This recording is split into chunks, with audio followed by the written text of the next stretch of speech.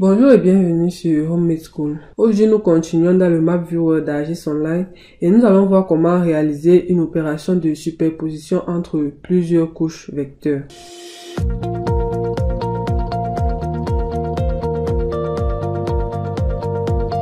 Alors, ici nous avons quelques couches de la région du nord du Cameroun. Nous avons par exemple les localités de la région du nord. Nous avons les chefs-lieux d'arrondissement qui sont là en orange.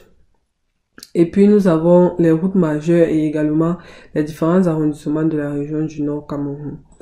Alors le problème qui se pose à nous est celui-ci.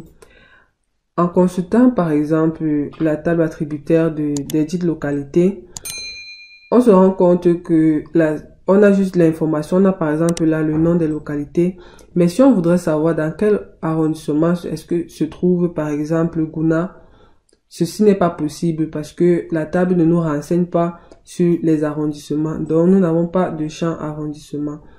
Donc pour pallier à cela, ce que nous allons faire, c'est que nous allons réaliser une superposition entre la couche des arrondissements du nord et la couche des localités du nord afin d'obtenir un champ qui nous renseigne sur l'arrondissement d'appartenance de chaque localité. Alors pour ce faire, nous allons nous rassurer que la couche localité est bel et bien sélectionnée. Ensuite, on va venir dans les outils d'analyse. Puis nous allons prendre gérer les données. Ensuite, superposer les couches.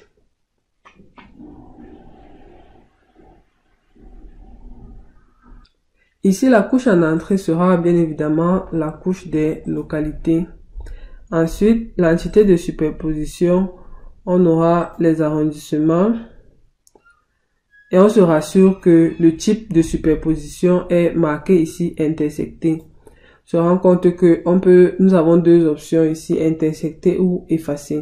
Donc nous prenons l'intersection. Forcément, la géométrie en sortie, ce sera un point vu que notre couche localité contient des points. Ensuite, on renseigne le nom en sortie. On peut par exemple dire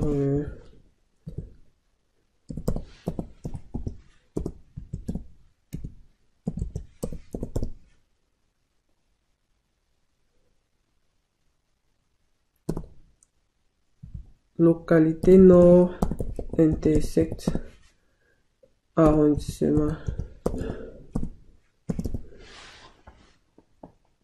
Ensuite, on exécute la requête.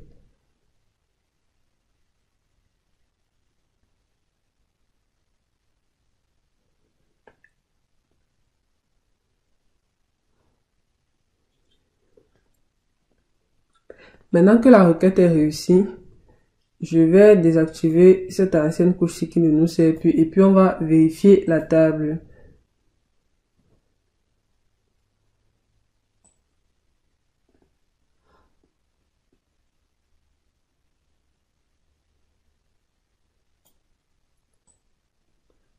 Par exemple, on peut déjà se rendre compte que nous avons beaucoup plus de champs que précédemment. Nous avons encore les noms de nos localités.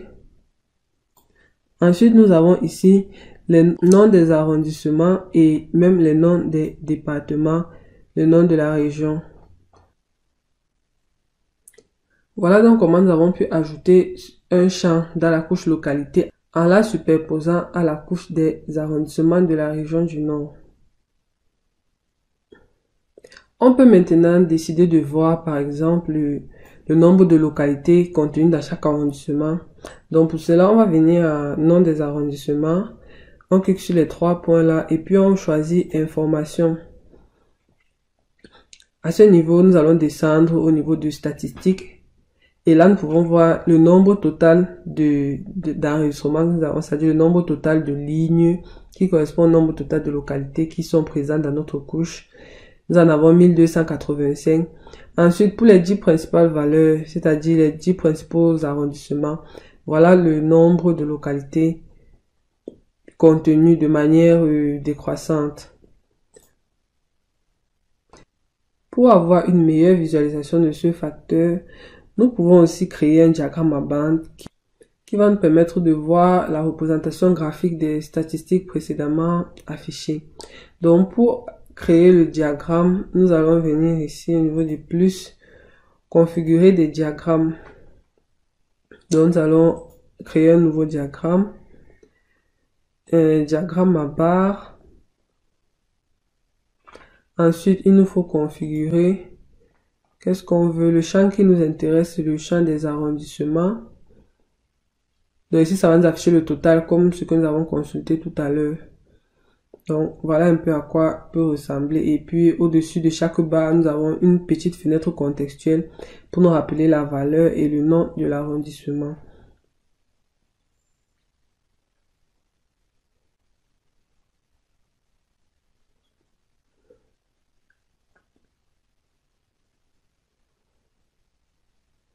Donc je vais réduire notre diagramme ainsi et puis je vais enregistrer la carte.